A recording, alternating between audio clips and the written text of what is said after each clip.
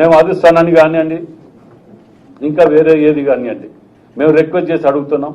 ఇలాంటి వాటిని ఇక ముందు జరగకుండా జరిగితే తక్షణం బహిష్కరించే విధంగా ఎంతటి వారైనా పర్లే, ఏ కులమైనా పర్లే, ఎవరైనా పర్లే ఆ నిర్ణయం తీసుకోకపోతే కార్యకర్తలల్లా చాలా నష్టపోయే ప్రమాదం ఉన్నది.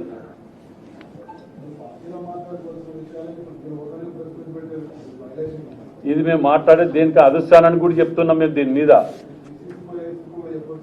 ఆల్రెడీ చెప్తున్నా వాటికి కూడా. ఎందుకంటే ఇదివరకు 3 సార్లు పీసీసీకి పోయి ఇచ్చినాం కదా, మీరు చూడలేదా? మీ అందరి సమక్షంలో ఇచ్చినాం కదా. పెద్ద మనసుతోటి క్షమించి వదిలిపెట్టిండు, 1, 2 అని 100 ఉంటే ఇచ్చేయడానికి ఇంకెన్నిసార్లు క్షమించాలి? ప్రతి మాటకి ఇదేనా? దాంట్లో లిమిట్ ఉంటుంది, పద్ధతి ఉంటుంది. అది కూడా చెప్పిన అప్పుడు మేము స్పందించినాం. మీరు విన్నారో లేదో కానీ మేము అప్పుడు కూడా స్పందించినాం.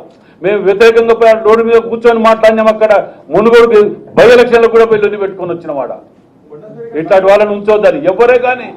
నేను అదే మళ్ళీ చెప్తున్నా, ఎవరు ఖండించరు ఎవరు లేదు అని నా కడుపు కాలేదు, నేను ఖండిస్తానా? తప్ప చెప్పండి మరి, అది కూడా తప్పంటే ఎట్లా? మీరు గుర్తుపెట్టుకోండి, కొండ సురేఖ ఒక్కరనే కాదు ఎవరైనా అని చెప్తున్నాం. ఇప్పుడు నేను కొండ సురేఖ అంటే మీరు రెడ్డోడు ఆడ బీసీ కాబట్టి అంటగా ఈ దుకాణం మాకు ఆ దుకాణం వద్దు నాయన, మాకు మేము మంచిగానండి. మళ్ళీ చెప్తాను, దయచేసి ఒక్క నిమిషం వినండి. మేము మొదటి రాజగోపాల్ రెడ్డి గారు కూడా చెప్పినాం, ఎవరే కానీ అంటున్నాం మేము. మళ్ళీ మీరు ఒకటే పేరు పెట్టుకొని అనకండి ఇట్లా. నేను మాట్లాడుతాను, భువనగిరిలో వీళ్ళు ఖండించారు కదా, అన్ని టీవీలలో వచ్చారు.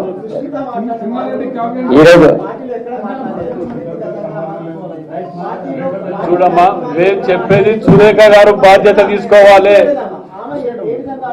సురేఖ గారు బాధ్యత తీసుకోవాలి. కన్న బిడ్డ కదా, బయట ఎవరో కాదు కదా. మీ బిడ్డ బాధ్యత మీరు తీసుకోకపోతే ఇంకా వాళ్ళు తీసుకుంటారు. తెలియదు అని వదిలేస్తే అయిపోతుందా? రాజీనామా చేయాలి, చేయకపోతే యాక్షన్ కూడా తీసుకోవాలి. మాట్లాడిన అందరి మీద, ఒక్కరి మీద అని చెప్పంటే నేను అరే మాట్లాడిన వాళ్ళు అందరంటే ఆయన రాడా ఇళ్లకు? ఇప్పుడు అందరూ ఎవరైనా అని చెప్తే మళ్ళీ ఒక్కరి పేరు పర్సనల్ గా వచ్చేందుకు వలుపుతాను. నేను చెప్తే అందరి పేరు చెప్తాను, అందరికీ అని చెప్తున్నాం మేము. ఎవరే కానీ సరే ఈరోజు చెప్పనా మీకు, ఇన్నేళ్ళల్లా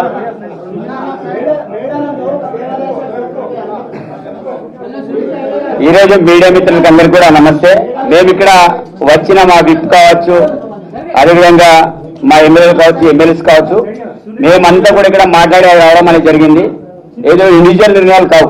మా పార్టీ ఎమ్మెల్యేలంతా కూడా మేము కొంతమంది మాట్లాడి ఈ యొక్క రాష్ట్రంలో జరుగుతున్న పరిణామాల విషయంలో మాట్లాడదామని ఇక్కడ రావడం అనేది జరిగింది. ఇక్కడ మాట్లాడే అంశంలో ఈరోజు రాజగోపాల్ రెడ్డి వదిలేసో, చిన్నారెడ్డి గారిని వదిలేసో మేము కొండా సురేఖ మీదని మేము పడతలేము. ఈ యొక్క రాష్ట్రంలో కాంగ్రెస్ పార్టీని బదనాం చేయడానికి కొంతమంది కుట్ర పడుతున్నారు. దాంట్లో సుస్మిత అనే పిల్లకాకి మాట్లాడే మాటలు, ఆ పిల్లకాకిన మాట్లాడే మాటలు ఆమె మాట్లాడే మాటలు కావు నేను అనుకుంటున్నా. ఇదంతా కూడా కొండా సురేఖ గారే మాట్లాడిన మాటలే నేను అనుకుంటున్నా. చాలా స్పష్టంగా చెప్పదలుచుకుంటున్నాం. ఎందుకంటే ఇది మొదటిసారి మాట్లాడిన మాటలు కాదు. ఆ రోజుల్లో ఈ రోజు పేపర్లో హెడ్లైన్లో ఒక పేపర్లు వచ్చింది, ఏదో రౌడీ సీడర్ పేరు మన హత్యాయత్నం కేసు ఈరోజు నమోదైంది వారి ఓసీ మీద. ఆ రోజుల్లో పోలీసులు అరెస్ట్ చేసే క్రమంలో ఆ రోజు ముఖ్యమంత్రి గారి మీద అనేక రకాల ఆరోపణలు చేసినారు. ఇది రెండవసారి. దానికంటే ముందు సినిమా హీరోయిన్ల మీద ఆరోపణలు జరిగినాయి. ఇది మూడోసారి. ఇది ప్రత్యేకించి సీఎం గారిని టార్గెట్ చేసుకొని, అదేవిధంగా కనీసం వయసుకు కూడా గౌరవించి కూడా మా ప్రకాష్ రెడ్డి ఎమ్మెల్యే గారి మీద ఇష్టారీతిన మాట్లాడి, అదే కాకుండా దమ్ముంటే రావాలి, ప్రచారం చేయాలి, ఎవరు గెలుస్తారో గెలుస్తారు చూద్దామనే సవాల్ విసిరే సంస్కృతి. సరే, ఇక్కడ కొండేశ్వరి గారు దాటవేసే కార్యక్రమాన్ని చేస్తున్నారు. మరి మీ అమ్మాయి ఎంత చేస్తున్నప్పటికీ కూడా మీరు ఇంతకుముందు మా విప్ గారు కావచ్చు, మా బాలన్న గారు కావచ్చు, మిగతా వాళ్ళు మాట్లాడినట్టు ఎందుకు ఆ విషయాన్ని మీరు ఖండించలేకపోతున్నారు? చాలా స్పష్టంగా చెప్పదలుచుకున్నాం. అందుకు ఇక్కడ కాంగ్రెస్ పార్టీ విషయంలో మీరు పచ్చ కాంగ్రెస్, అదేవిధంగా కచ్చ కాంగ్రెస్, ఇక్కడ పచ్చ కాంగ్రెస్ ఏంటిది, కచ్చ కాంగ్రెస్ ఏంటిది అందరికి తెలిసిన విషయమే. పార్టీలు ఎవరు ఎంతమంది మారిండ్రు. ఈరోజు రాజగోపాల్ రెడ్డి మాట్లాడే మాటల విషయంలో కూడా చాలా స్పష్టంగా చెప్పి నేను చెప్తున్నా. ఇప్పుడు ఈరోజు వాళ్ళ పేరు బుట్టలే డైరెక్ట్ నేను ముడుతున్నా. ఈరోజు రాజగోపాల్ రెడ్డి గారు చేసే వ్యవహారం